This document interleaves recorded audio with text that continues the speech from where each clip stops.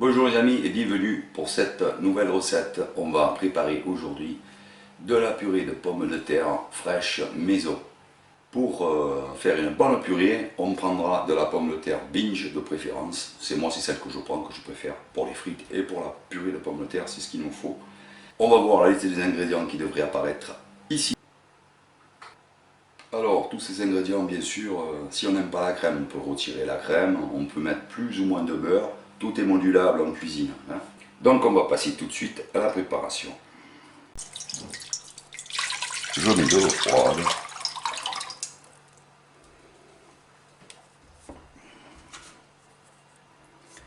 Pommes de terre. Alors, si vous avez des pommes de terre sales, terreuses, vous les rincez bien d'abord. On recouvre d'eau. Alors, je ne les épluche pas pour garder bien les saveurs et les arômes de la pomme de terre emprisonnés dans la pomme de terre. Je sale un peu l'eau, raisonnablement.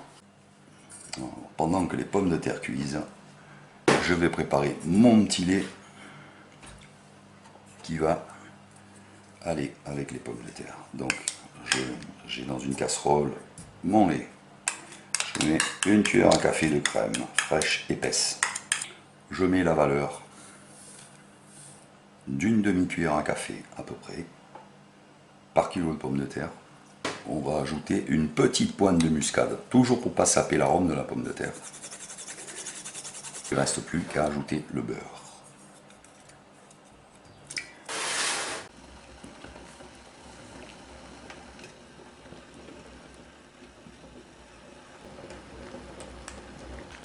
Donc pour voir si elle est cuite, on plante le couteau dedans. Et si la pomme de terre reste, c'est qu'elle est cuite. Mais il faut quand même se méfier. Quand on a des grosses pommes de terre, elles sont lourdes, évidemment. Donc il faut bien sentir, juger qu'il ne reste pas de fermeté. On pique 2-3 endroits, ça suffit, pas plus. Elle ne revient pas avec le couteau. Mais on s'assure quand même de sentir le cœur de la pomme de terre qui soit bien cuit. Il faut qu'il soit bien cuit pour la purée, évidemment.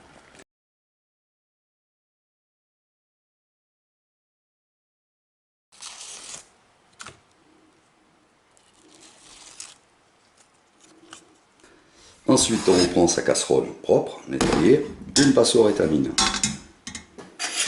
Et on va presser avec la cuillère à soupe.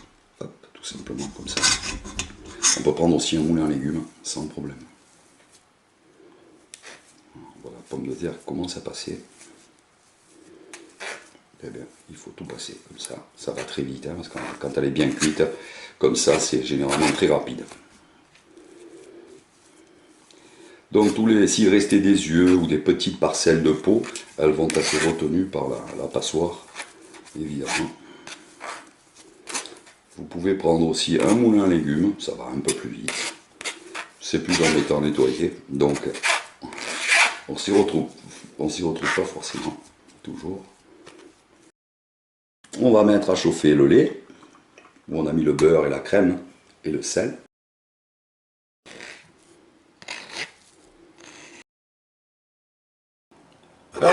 On retire, ça a bouilli, mais c'était pas nécessaire.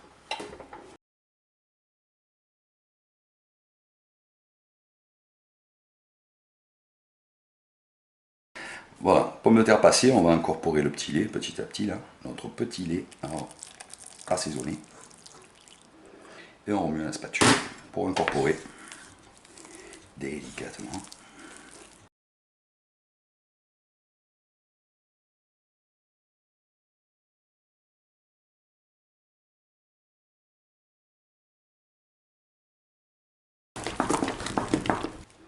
Je vois qu'elle est plus très chaude, je vais la réchauffer un petit peu pour que mon fromage fonde dedans. Ou alors je la change, je la mets dans un récipient de service et je la passe au micro-ondes. Petit gruyère qui va bien.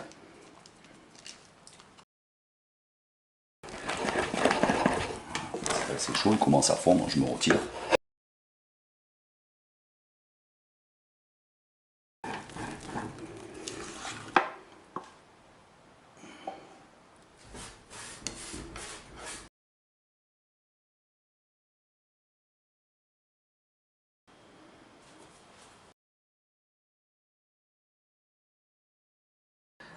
Bon les amis, terminé pour cette purée de pommes de terre. J'espère que vous allez vous lancer. Et pour ceux qui n'ont jamais essayé, vous verrez la différence avec de la purée en flocons. Ça n'a rien à voir. Sur ce, je vous souhaite une bonne après-midi, ou un matin, ou ce que vous voulez le soir, parce que sur internet on fait comme on veut. Et je vous dis à très bientôt pour une prochaine vidéo. Ciao les amis, bientôt.